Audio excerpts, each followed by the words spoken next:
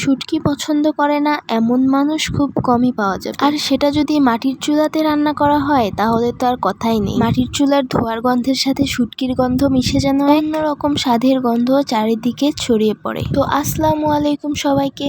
আজকে আমি আপনাদেরকে মাটির চুলায় শুটকি রান্নার রেসিপি আর তার সাথে থাকছে শুটকি মাছের ইতিহাস। তো শুটকি মাছের ইতিহাস আপনারা কম বেশি অনেকেই জেনে থাকবেন। তো অনেক বছর আগে থেকেই চলে এসেছে যে আমরা হলো মাছে ভাতে বাঙালি। আর এই প্রচলন থেকেই আগেকার দিনের মানুষ যখন নদী নালা খালবিল থেকে মাছ ধরে আনতো, কিন্তু তারা তখন এগুলোকে সংরক্ষণ করতে পারতো না, কারণ তখন তাদের কাছে কোনো ফ্রিজ বা সংরক্ষণের জন্য কোনো মাধ্যমই ছিল না। আর তাই তারা মাছ ধরে এনে রোদে শুকিয়ে রাখতো, আর সেই শুকনো মাছগুলোকেই আমরা শুটকি নামে চিনি। আর সেই থেকেই কক্সবাজার, ভোলা, চট্টগ্রামের শুটকি সারা বাংলাদেশের মানুষের কাছেই পরিচিত। তো যাই হোক, এইদিকে শুটকি মাছগুলোকে কড়াইয়ে ভেজে নিয়ে গরম পানিতে হালকা সিদ্ধ করার পর উঠিয়ে নেওয়া হলো। আর অন্যদিকে কেটে রাখা পেঁয়াজ, মরিচ, আলু, বেগুন, ধুন্দুল সবকিছুর সাথে শুটকি মাছগুলোকে ভালো করে ধুয়ে নেওয়া হলো।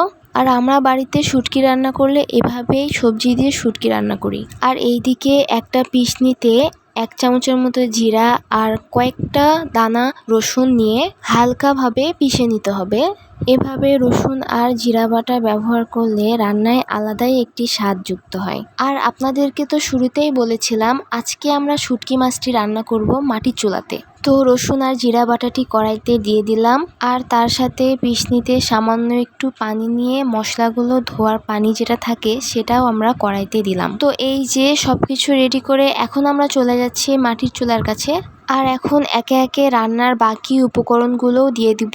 কড়াইতে 1 চামচ করে হলুদ, লবণ, মরিচের গুঁড়া আর সামান্য একটু পাঁচফোড়নের গুঁড়াও দিয়ে দিব, যেটাকে আমরা গ্রামে বলে থাকি ডাল সম্বরা। আর এরপর মরিচগুলোকে হাত দিয়ে ভেঙে ভেঙে নিয়ে সবগুলো উপকরণ ভালোভাবে হাত দিয়ে মেখে নিতে হবে। আর আমার আম্মু বলে যত ভালোভাবে নাকি মাখানো হয় রান্নার নাকি ততই ভালো স্বাদ পাওয়া যায়। এরপর পরিমাণ মতো হাতে তেল নিয়ে আবার রান্নাটিকে ভালোভাবে মেখে নিতে হবে। আর এইভাবে মাখানোর সময় একটি জিনিস লক্ষ্য রাখতে হবে যেন শুটকি মাছগুলো ভেঙে না যায়। এই মাখামাখির পর হাত ধোয়ার জন্য যতটুকু পানির প্রয়োজন ঠিক ততটুকু পানি দিয়েই রান্নাটাকে বসিয়ে দিতে হবে। আর আমরা যেহেতু এই রান্নায় ধুন্দুল ব্যবহার করেছি তাই খুব বেশি পানি দেওয়া যাবে না। আর এইদিকে চুলায় আগুন ধরানো হচ্ছে।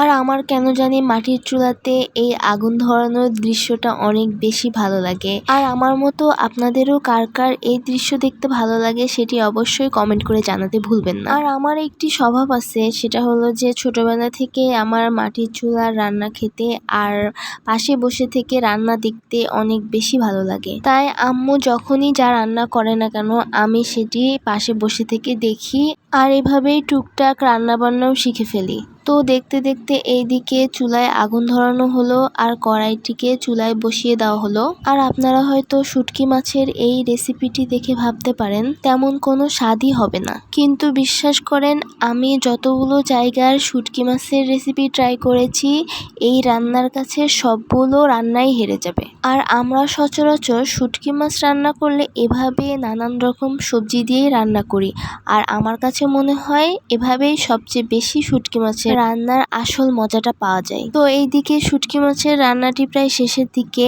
আর লবণ ঠিকঠাক হয়েছে কিনা সেটি দেখার জন্য আম্মু আমাকে একটু টেস্ট করতে দিয়েছিল। আর বিশ্বাস করেন রান্নাটি এতই মজা হয়েছিল, এই ভয়েস ওভারটি দিতে গিয়ে আমার আবার খেতে ইচ্ছা করছে। আর আমরা চাইলে এই রান্নাটিকে এই পর্যায়ে নামিয়ে নিতে পারতাম, কিন্তু যতক্ষণ না এই রান্না থেকে তেল ছাড়ছে ততক্ষণ আমরা এটিকে রান্না করব। আর এখানে আমি আম্মুকে বলতেছিলাম যে আমাকে একটু দাও, আমি একটু খেয়ে দেখি কেমন হয়েছে।